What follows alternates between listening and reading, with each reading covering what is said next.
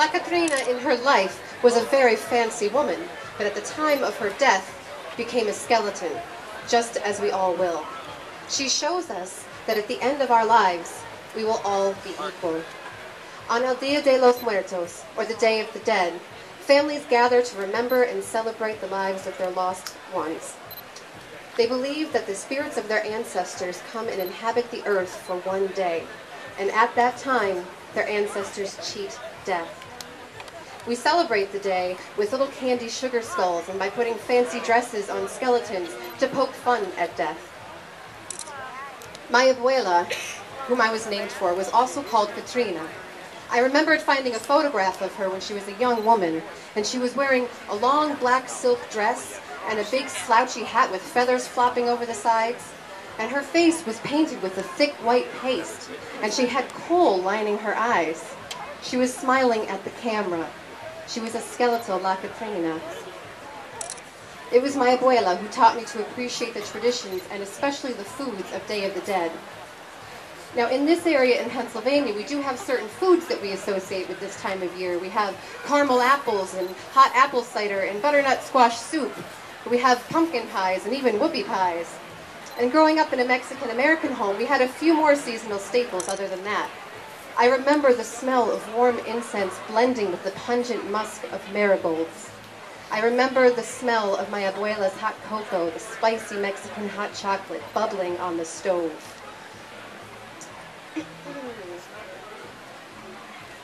And there's a next part.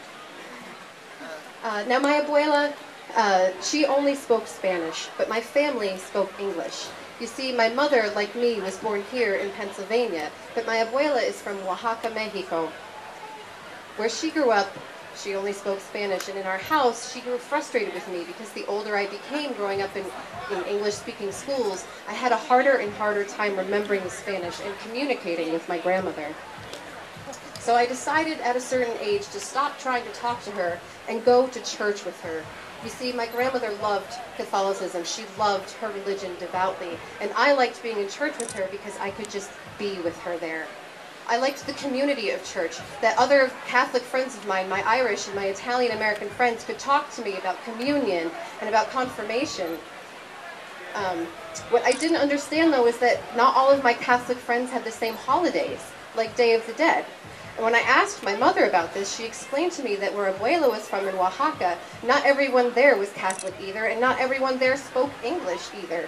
They have indigenous peoples who brought with them their own ancient rituals and traditions and languages. And Day of the Dead is kind of a celebration of the mixing of all of those cultures, much like the Celtic holiday of Samhain is a mixture of Irish Catholicism and other religions and cultures as well. My mother told me, though, all languages and traditions aside, if there was one thing that the people of Oaxaca could agree upon, it was chocolate. My grandmother told me that there was no better chocolate in all of Mexico than from the state of Oaxaca, and she carried the ancient recipe from the Aztecs for chocolate, which was a food of the gods. She made her Mexican hot chocolate with rich cocoa, cinnamon, ground almonds, and real chili peppers. I wanted to relate to my grandmother, and I wanted to show her that Pennsylvania wasn't all that different from Oaxaca. So I invited her to chaperone me on our class trip to Hershey Park. She took a bite from a Kit Kat bar, and I watched her whole face light up. She said they reminded her of chapulines, which are chocolate-covered, roasted grasshoppers. They were her parents' favorite treat. And so she brought home a whole box of them because she wanted to put them on the ofrenda, the offering or the altar that we placed out for the Day of the Dead. Abuela was always talking about Day of the Dead. I really believe it was her favorite holiday. Now for me, I didn't quite understand what was so fun about putting food on an altar and waiting around for my dead ancestors to come visit when my friends were out on haunted hay rides and at Halloween parties. But my mother explained to me that this was a tradition that we carry on in our family because Abuela taught it, from the time that she had learned it growing up. I remember one year I actually skipped my class's trip to the pumpkin patch to stay home on All Souls Day and build our ofrenda. After the day had passed, the next day, after All Souls' Day, my mother said the spirits of our ancestors had come in the night and partaken of the food we left, and that we could now have the leftovers. I was totally confused because literally everything was left over. Every piece of bread, every last peanut, every piece of tamale, every piece of chocolate, it was all there. I was like, Mom, these are some really picky spirits. Even Santa eats the cookies we put out for him. And she explained to me that the spirits come and they no longer have a physical form. So they consume the essence of the food and they leave the physical parts for us to enjoy here on Earth.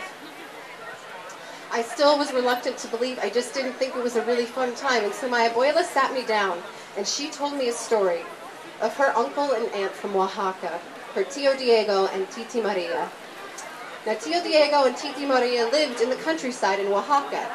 And Titi Maria, like my abuela, loved her religion very much. She was a devout woman. But Tío Diego, like me, had some doubts.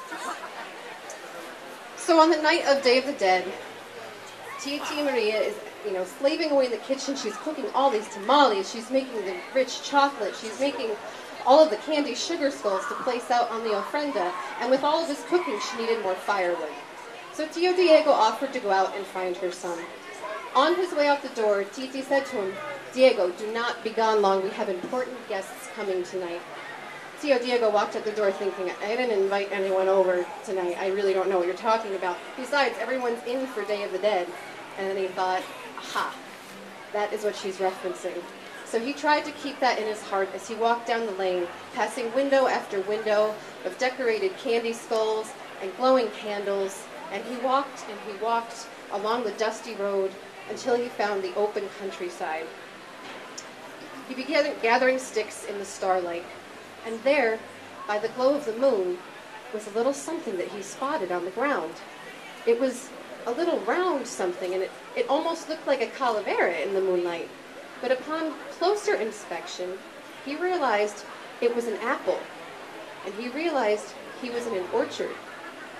And he thought about Titi Maria and how much she loved apples and how they couldn't afford any for the altar this year. He also thought about the owners of the orchards and how they didn't appreciate people taking their expensive crops, but he decided that Titi Maria deserved these apples. So he reached down to gather some, and as he did, he heard screaming.